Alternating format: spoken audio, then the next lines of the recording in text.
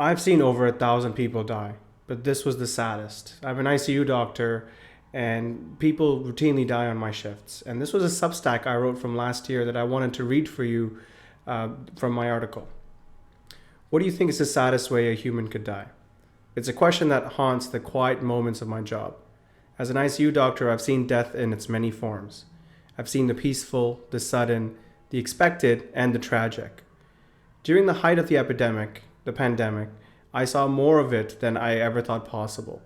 But one death, more than any other, carved itself into my memory. It wasn't the most violent or unexpected, it was quite simply the saddest. It was early April 2021, and Canada was being crushed by another severe wave of COVID 19. The admissions were relentless, and a tide of critically ill people were flooding our unit, and the number of those that we lost kept on piling on. This patient, the one I can't forget, was a 58-year-old gentleman. He was generally healthy, though he carried some extra weight and was a smoker. He was a husband, and as I would soon learn, the beloved center of a large, sprawling family. He contracted COVID 19 and within days was admitted to our ICU. For 3 to 4 weeks, we fought for him. We initiated all possible measures: maximal life support, additional and sometimes even experimental therapies, everything that medicine could offer. But the virus was unyielding. His lungs showed no signs of recovery. As the week progressed, he continued to deteriorate. His oxygen levels sank into a dangerous territory, hovering at 60 to 70% no matter what we did. We paralyzed him, proned him, put him on various medications, and maximized his life support systems. It became clear he wasn't going to improve. We were going to lose him. Normally, this is when we would sit down with the family in a quiet room to talk about what comes next. But this was 2021. The hospital had a strict and necessary policy in place. To curb the spread of the virus, no family members were allowed inside to see a patient. A cruel but essential regulation, though thankfully not long-lived. Throughout the week, I had been updating his wife over the phone, trying to convey the gravity of the situation through a cold receiver. She was able to visit a couple times to the ICU, but was restricted to remain outside the glass doors of the patient's room. She told me he had a large extended family of siblings, cousins, nieces, and nephews spread across the globe who loved him dearly and wanted to be kept informed. I distinctly remember it was Saturday around midnight. The hum of the ventilators was the unit's soundtrack, and I was already getting countless pages, a couple admissions still pending.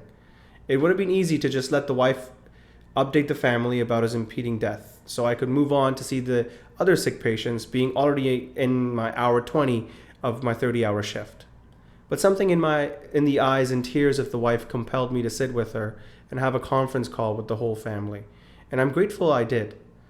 I took the wife and cousin who were visiting to just get a last glimpse of him through the glass doors to an empty conference room. I took the wife and cousin who were visiting to get a last glimpse of him through the glass doors. I took the wife and cousin who were visiting.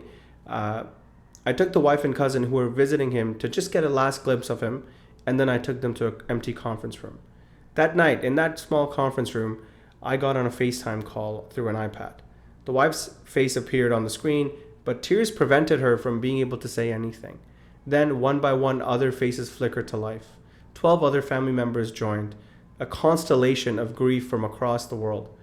There were people in the southern hemisphere, the northern hemisphere, everywhere. We were all on this virtual conversation, and I was giving them the update they had been dreading. They understood he was about to pass. They were losing him. Their only request was a simple, heartbreaking one. Can we be present? Via the iPad at his bedside when he passes, they asked. Of course, I said. When the time came, when the monitor showed us that he was in his last moments of his life, I put on multi-layered PPE. The ritual felt heavier than it usually did. The mask, the shield, the gloves, the blue plastic gown I wore almost felt like they were resisting, almost that I didn't want to put them on. I went inside the room. The iPad was still in my hand. I called them all back. The 13 faces reappeared. Their silent anguish was radiating through the small screen.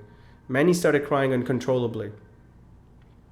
And as he was experiencing his last moments, the only person physically there for him was me, a stranger in a spacesuit. I held his hand. I pointed the iPad at his face so his family could see him one last time. He remained unresponsive as he was still in a coma.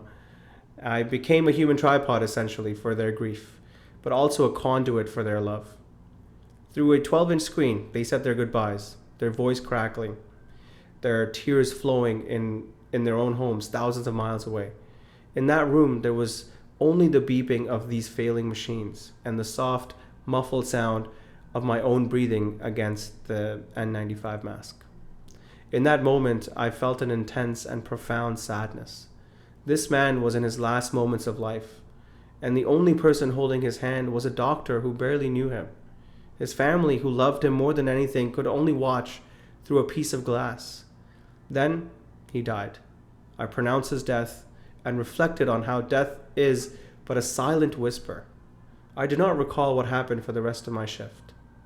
He was surrounded by love, and yet he died alone.